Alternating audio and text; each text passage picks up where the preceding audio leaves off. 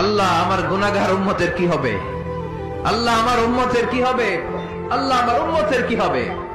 আল্লাহ বললেন, জিব্রাইল তাড়াতাড়ি যাও, আমার নবীর কান্না আমার সহ্য হয় না।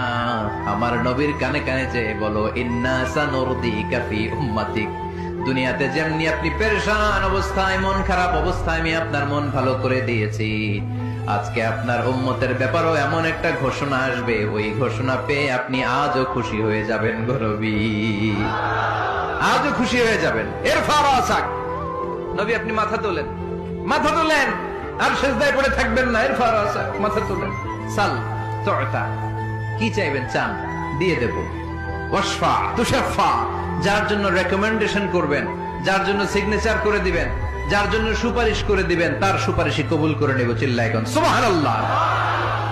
এরপর বিশ্বনবী সুপারিশ করতে শুরু করবেন আর আমাদেরকে জান্নাতে ঢোকাতে শুরু করবেন। তারপরেও নবী ক্ষান্ত হবেন না। এরপর একটা পতাকা হাতে নিবেন, ওই পতাকার মধ্যে লেখা আলিফ লাম হা মিম দাল, মানে আলহামদু, লিওয়াউল হাম, প্রশংসার পতাকা। ওইটা নিয়ে জান্নাতের দরজার সামনে দাঁড়াবেন। তখনও পেরেশান, সবাইকে নিয়ে, উম্মতের সব জান্নাতীদেরকে নিয়ে বিশ্বনবী দরজার সামনে দাঁড়িয়ে নক করবেন। ভিতর থেকে জিজ্ঞেস করা হবে, মান আনত, কে আপনি? আল্লাহ রাসূল বলবেন, আনা মুহাম্মদ। তখন রক্ষী ফেরেশতা বলবে, ঠিক আছে, আল্লাহ বলেছে আপনার আগে কারো জন্য যেন এই দরজা না খুলি।